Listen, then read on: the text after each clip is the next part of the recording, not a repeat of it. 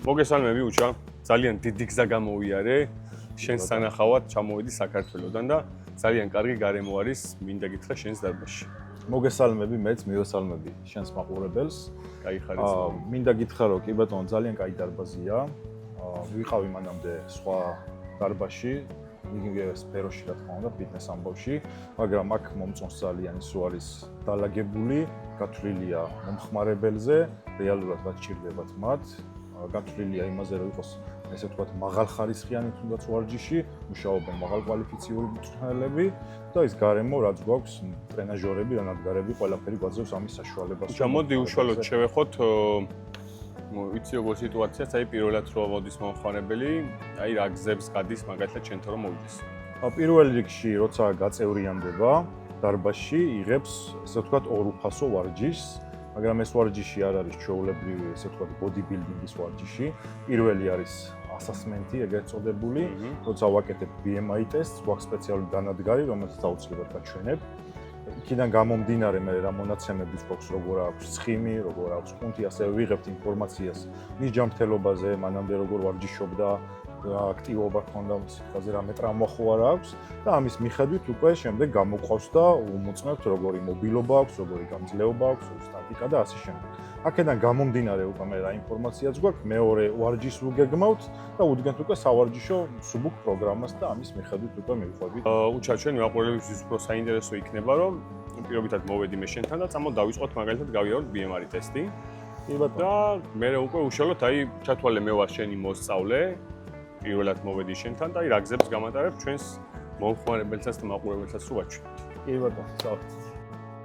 მოკლედ, რომ დავიწყოთ, პირველი ყველაზე მნიშვნელოვანი რაც არის, ეს არის დანადგარი, სეკას დანადგარი, ეს შეუძლიათ შენს მაყურებელს ნახავთ ინტერნეტში. არის ესე ვთქვათ, დღესდღეობით ბაზარზე ყველაზე ზუსტი სამედიცინო დანიშნულება აქვს და ჩვენ ვიყენებთ დარბაზშიც, რაც ძალიან გვადგება რეალურად იმისთვის, რომ ავინახოთ მომხმარებელი სად არის, რა დონეზეა, რა რისკებია მისი.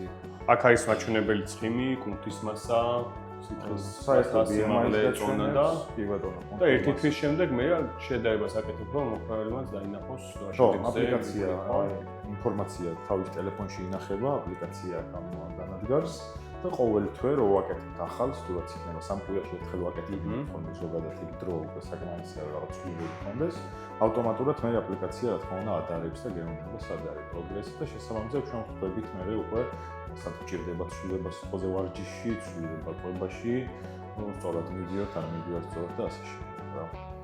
ეს არის პირველი ყველაზე მნიშვნელოვანი საფეხური, ამის გაკეთების შემდეგ უკვე მე აქ გვაქვს ახლა ყველაფერს რომ მივყვეთ წაიღებს.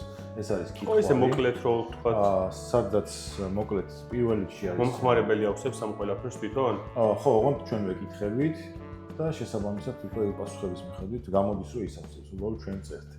სახელი გვარი, მონაცემები, ასე შემდეგ, მოკლედ აქ არის ყველაფერი ჯანმრთელობასთან დაკავშირებით, ჩაქარი, ტრამვები, სიტყვაზე რაღაც დაჟე ბოლო პერიოდში მოწამლული თუ იყოს სუსტად თუ იყო, შემდეგ რომ გავითვალისწინოთ მე ვარჯიშისთვის დიაბეტი ხო არა აქვს, რამე ქირურგიული ჩარევა ხო არა აქვს გაკეთებული, პლასტიკური. ჯანმრთელობას შემდეგ უკვე გადავდივართ კონკრეტულად როგორი ისტორია აქვს სპორტის ამბავში, ესე ვთქვათ, რამე სპორტში თუ იყო, შესაბამისად ტრამვებს ვეკითხებით, ახლა თუ მოღვაწეობს რაიმე სპორტში, ან თუ აქვს სურვილი რომ იმოღვაწეოს ახლო მომავალში, ესე ვთქვათ, რომ ესეც შესაბამისად მე ვარჯიშის პროგრამაში გამოვიყენოთ. პლუს მაგას რა თქმა უნდა, ყვება ყველაზე მნიშვნელოვანი, ძირითადად მომხმარებლებს უნდა დაიკროთ ცხიმი ან მოიმატონ კუნთი და შესაბამისად უკვე აქედან გამომდინარე ვეკითხები მე მაგალითად პირადად შეიძლება მაინტერესებს აი პირობითად რაღაც ტრამვებს რო შეეხერა მაგკუთხით ამ დარბაზში რეაბილიტაციას ატარებენ თუ უბრალოდ თქვენ მათ პრობლემებს ითვალისწინებთ რომ პრობლემაზე პრობლემა არ დაუმატოთ? ჩვენ ვითვალისწინებთ რომ გააჩნია მოკლედ ახლა თუ ისეთი ტრამვა აქვს რომ სწორედ ჩვენ კომპეტენცია ცდება, პასუხისმგებლობას არ ავიღებთ რა, გვეთქვით რომ შენ გჭირდება შესაბამისი ადამიანი, ან ექიმი, წადი, გაარკვიე კიდე არის რომ მაგალითად თუ ვიღაცას ტრამვა ქონდა ადრე, აღარ შეუმოწმებია რაღაც 6 თუ 1 წელი. ამ შემთხვევაში ვეუბნებით რომ წადი შეამოწმე, ნახე რა მდგომარეობაა, რაც გეტყვის ექიმი, იმიტომ რომ ყველა ვარიანტი მტკიცებულებაში გჭირდება შენ, რომ გაქვს თუ არა უფლება ხელი მოკიდო ჯანმრთელობას და სიცოცხლეს ეხება საქმე რა. თუ რა თქმა უნდა ექიმი ეთქოს რომ კი ბატონო შეგიძლია, შესაბამისად ნელ-ნელა ვიწყებთ. რა თქმა უნდა, ძალიან ძიმე ვარჯიშს არის. მოდი პირველად გავაკეთოთ ეს ტესტი ჩემზე. კაი, მოკლედ დავიწყოთ პირველი BMI, რაც არის ეს არის ჩვენი სხეულის ესე ვთქვათ სიმაღლის და წონის შეფარდება ერთმანეთთან. ამიტომ ზოგადად მე კონკრეტულად BMI-ზე დიდ ყურადღებას არ გავახვილებ ხოლმე, იმიტომ რომ იქიდან გამომდინარე, რომ შენ სიტყვაზე კუნთიც რო კონდეს მეტი და ცხიმი კონდეს იდეალურ მდგომარეობაში, შეიძლება მაინც მაღალი აჩვენოს და overweight აჩვენოს აქედან გამომდინარე რა. ნუ ამ შემთხვევაში არის 27.8. ზოგადი სტანდარტებით ესე ურჩევენ ხოლმე რომ იყოს 20-ზე ნაკლები იქნება იდეალური, მაგრამ მოკლედ ჩემ შემთხვევაში არა რა. არ ვიყენებ ამას როგორც აგიხსენი მიზნის გამო. კონკრეტულად კუნთი, ეს უნდა ჩავინიშნოთ ყველა ვარიანტში. კუნთი მივეჩვიე ინგლისურად ზოგადად. 36.87, ანუ დაახლოებით 27 კილო კუნთი გაქვს, რაც შენი სიმაღლისთვის და წონისთვის და ასაკისთვის არის იდეალური, აი როგორც ხედავ შენ თვითონ. არის ყვითელი საზღვარი, წითელი არის ძალიან დაბალია და უკვე ძვლოვან სისტემაზეა მეტი დატვირთვა და მწვანე არის უკვე ის ვარიანტი, რომ შეგიძლია დაანებო ვარჯიშის თავი და აღარ გააგრძელო. მოკლედ იდეალურ მდგომარეობაში გაქვს კონტური მასა, ეს არის შენი სხეულის 42.7, თითქმის 43% გაქვს კუნთი, რომელიც არის 36.87 kg. ოკეი. შემდეგი უკვე გადმოვდივართ, ნუ რა თქმა უნდა, ათლეტურ ადამიანში, აი ნახე აქ როგორ არის მოცემული ჩვეულებრივი გამხდარი პიროვნება, საშუალო, ძალიან მწუქანი და ათლეტური, შენ უკვე ათლეტური ეს ათლეტურში ძალიან ათლეტური, ხო რა, ისე არა, რომ რაღაცა აი სიგამხდრის განკუთრები და შენ. ნუ გადიხარ ათლეტურში, რაც რა თქმა უნდა ძალიან კაია. და ცხიმი, ძირითადად მოკლედ ეს დეტალებია, რაც უჭირდება. ცხიმი გაქვს 17.4%, რომელიც არის წონაში დაახლოებით 15 კილო. ხაშენგან მაინტერესებს აქამდე თუ გაგიკეთებია იგივე და რამდენი უჩვენებია შენთვის მაქსიმუმ. 12 მიჩვენა ცხიმი. 12 კილო, ანუ 3 კილო გვაქვს სხვაობა. ნუ ამაზე ის არის დამოკიდებული, რომ ეს ნუ გაკეთდეს უზმოზე დილით სანამ შეჭამ რაღაცას, დაჟე სანამ წყალს ტალევ, მანამდე რომ გაკეთდეს უკეთესია. იქიდან გამომდინარე, რომ მუშაობს იმპულსებით.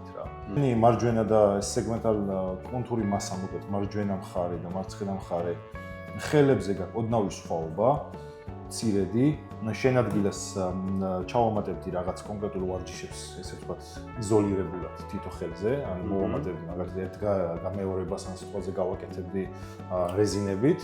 ძალიან დიდი ცდომილება არ გაქვს, ძალიან მინიმალურია, მაგრამ მაინც რომ გამოგესწორებინა რა.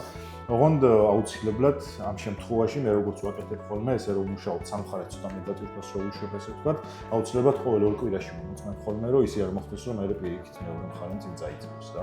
ოკეი, ანალოგიურია ფეხებზე და მოკლედ მთლიანობაში ყველაფერი ნორმაში. ეგ არის და ეგ. მთლიანობაში შემიძლია გითხრათ ჯანმრთელი ხარ, რაღაცა ექიმო. ო, ოკეი. ამის შემდეგ ახლა ყველაფერი. აი დამწყებს რაღაცა ზადატვირთვებს ატარებ ხოლმე რა. პირველი ორი ვარჯიში, როგორც აღნიშნე, პირველი არის პირველ რიგში ვაკეთებ ამას, მერე მე მჭირდება შენი ისტორია, შენ როგორ ვარჯიშობ, რამე ტრავმები ხო არ ქონდა, მერე მჭირდება აბსოლუტურად ვიღებ ხოლმე და ვეკითხები და ვაწერინებ მთლიანი დღის კვებას, ძირითადად რასაც ჭამე ხოლმე, დაახლოებით რო ვიცოდით რომ მე კალორიას იღებს, იმიტომ რომ კვებაც გეხება ისე შენ? ოფიციალურად ჩვენ დარბაზი ამას არ გთხოვს, იმიტომ რომ შეიძლება იყოს მწვრთნელი და კვებასთან არანაირი შეხება არ გქონდეს, იმას თავისი სპეციალისტი ყავს, მაგრამ მე ჩემი ასე ვთქვათ, ცოდნიდან გამომდინარე და იქიდან გამომდინარე, რომ ამას ვაკეთებ პროფესიონალურად და ისე როგორც მომხმარებელს ჭირდება, რა თქმა უნდა, უწერ კვებასაც. რა ჩემი აზრით, ერთმანეთის გარეშე ის არ არის, რომ მარტო კვება ამთავარი, ვარჯიში ძალიან მნიშვნელოვანია, მაგრამ ორივე ერთად უნდა იყოს იმის, რომ შედეგზე გავიდეთ. მით უმეტეს, როცა გვინდა ცხიმის დაკლება. ამიტომ ვეკითხები მთლიანი დღის კვებას, როგორც აღნიშნე, რომ რაღაცა უბედურ დეფიციტში არ ჩავაგდო და ისე არ ვქნა, რომ თვეში დაიგროს 40 კილო, ვითომ ბედნიერები ვიყოთ ორივე და სინამდვილეში რაღაც პრობლემა შეექმნას ჯანმრთელობაზე, ოკეი? თუ ჭამდა თქვა ძალიან ბევრს ტკბილეულს ასე შემდეგ და დღეში იღებდა რაღაც 4500 კალორიას, დასვა 1500 კალორიაზე არ არის სწორი, ეს უნდა მოხდეს ნელ-ნელა. ამიტომ აუცილებლად მჭირდება ეს ინფორმაცია. ასევე ვეკითხები თუ ქონდა სპორტთან რაიმესთან კონკრეტულად შეხება, იმიტომ რომ ყველა სპორტს ახლავს რაღაცა თავისი ტრავმა ყოველთვის და შესაბამისად შემოვიდგეთ. მოდი იმასაც შევეხოთ გაყიდვების თემას რა. ბატონო. აბონემენტს რა ფასი აქვს აქ?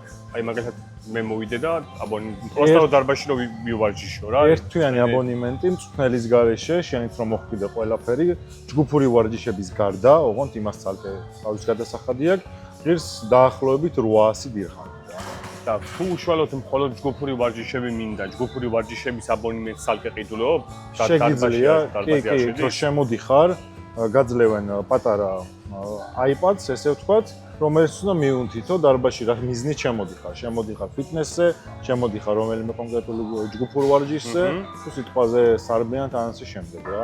ეს რომ დიდი მნიშვნელობა აქვს მაგას, თუ არ იყენებ დარბაზს და იყენებ მხოლოდ ჯგუფურ ვარჯიშს, შეგიძლია მათეს რომ მარტო სარბენი ბილიკისთვის მოხვიდე? მაგაზი აბონემენტი არ არის, ახლა სიმალე რო თქვაც, მაგრამ პერსონალური ტრენერი აი რაჯდება მაგალითად 12 ვარჯიში.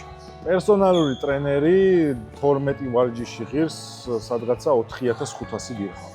4500 დირჰამი. 4500 დირჰამი ღირს ამ 12 ვარჯიშისთვის აქვს 2 თვე რო გამოიყენოს. 2 თვეში ტრენერის ფონორალს არ შევეხოთ კომპეტენციალური თემა არის.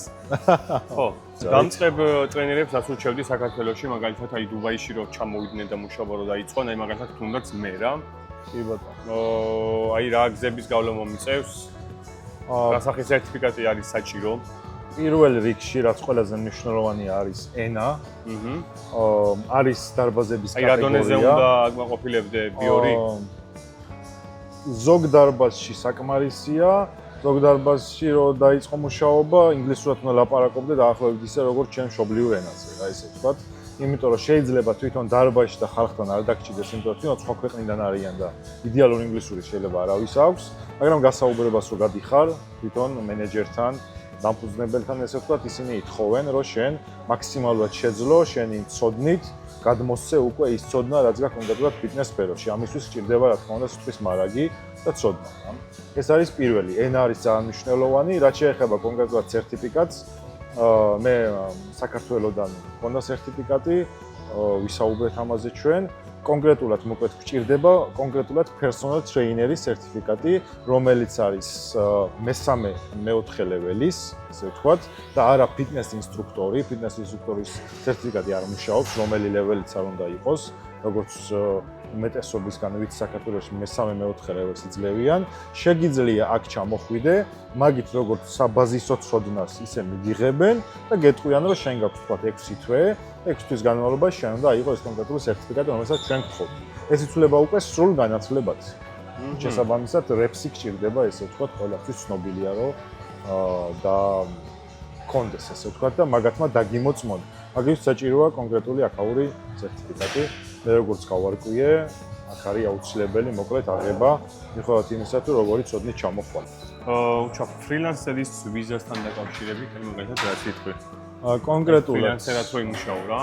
ტრენერის ვიზა რო გააკეთო, მაგას სჭირდება უფრო მეტი თანხა. ეს როგორც გავარკვი აქ ჩვენ ყავს მწვრთნელი, რომელიც ფრილანსერად იყო მანამდე, და როგორც მითხრა დაახლოებით 15000-დან 20000-მდე ჯდება ეს კონკრეტული ვიზა, რომელშიც კონკრეტულად გეწერება, რომ შენ ხარ პერსონალური მწვრთნელი. შეიძლება გააკეთო სხვა, რომელიც არის უფრო იაფი და გამოხვიდა 5-6000-ში, მაგრამ შენ რო შემთხვევით ვიღაც დააზიანო, ან ვიღაცამ ტრამვა მიიღოს და გიჩივლოს, ესე ვთქვათ, ან პრობლემა გახდეს, ძალიან დიდ შარში გაყოფ თავს, იმიტომ რომ ოფიციალურად შენ არ გექნება იმის უფლება და დამოკიდებელი საფუძვი, რომ შე როგორც მწვრთნელი ისე ხარ, რა. ფრილანსერობას ზოგადად რაც შეეხება, ცუდი რა თქმა უნდა არ არის, ყველა ქვეყანაში კარგია, იმიტომ რომ მეტი გაქვს შემოსავალი, რასაც გიხდიან შენია, არ გაქვს გრაფიკი და თავისუფლად შენზე მორგებული ცხოვრები ცხოვრობ. ცუდი ის არის და დიდი მინუსი, რომ ეს არის არასტაბილური და რთულია. არის თვე, რომ 10 კაცი გეყოლება ვთქვათ და ძალიან მაგრად იქნები აიღებ 60000, 70000, იქნება თვე, რომ საერთოდ ვერ აიღებ და მაგალითად საფხულში 3-4 თვე მოგიწევს, რომ რაღაცა გადანახული გამოიყენო რა. ჩემი რჩევა, ვინც ახლა აპირებს რომ ჩამოვიდეს და ჩამოხვიდე შენს, იქნება რომ საწყის ეტაპზე აუცილებლად აარჩიო საშუალოზე ცოტათი კარგი დარბაზი, იქ დაიწყო მუშაობა, კონდეს ბაზა, რაღაც კონკრეტული ხალხი, ესე ვთქვათ, ვინც შენ დაგიჯერებს, უსაც შენი დობა ექნება და მერე უკვე ნელ-ნელა ეტაპობრივად დაიწყო რომ გახვიდე გარეთ, ნელ-ნელაში. ყველაზე კაი ვარიანტია მუშავე დარბაზში გააკეთე შენი მაქსიმუმი და გარეთ აიყვანე, ვთქვათ, 1 კაცი, აიყვანე 2 კაცი და ნელ-ნელა გადადი რა. ეს ერთად რომ დარბაზში ეშვა და გადახვიდე, კი, ბევრი პასუხისგებლობაა და რთულია. მედი მაქვს დაგეხმარეთ. ამოვიდეოთ ჩვენ დავასრულეთ დღევანდელი ვლოგი. იმედი მაქვს, რომ კაი რჩევები მივეცით დამწყებ ტრენერებს თუ ჩამოვიდნენ და აშენდნენ, ესე იგი კარგი რჩევები. მოგლე, ჩვენი არხი აუცილებლად გამოიწერეთ და ვიდეოს დალაიქება არ დაგავიწყდეთ. აუცილებლად გამოიწერეთ ბატონი გიორგის არხი. ძალიან ბევრი საინტერესო ინფორმაცია, ასევე ვარჯიშია, რომელიც გამოგადგებათ და რა ვიცი, ეს არის სამაგალითო ადამიანი და აუცილებლად მიყევით, ესე ვთქვათ, მის რჩევა დარიგებებს, არინანებთ. ჩვენც ასე დავიწყეთ თავიდან ერთმანეთის გვერდში. გისურვებთ წარმატებებს. მადლობა გიორგი კიდევ.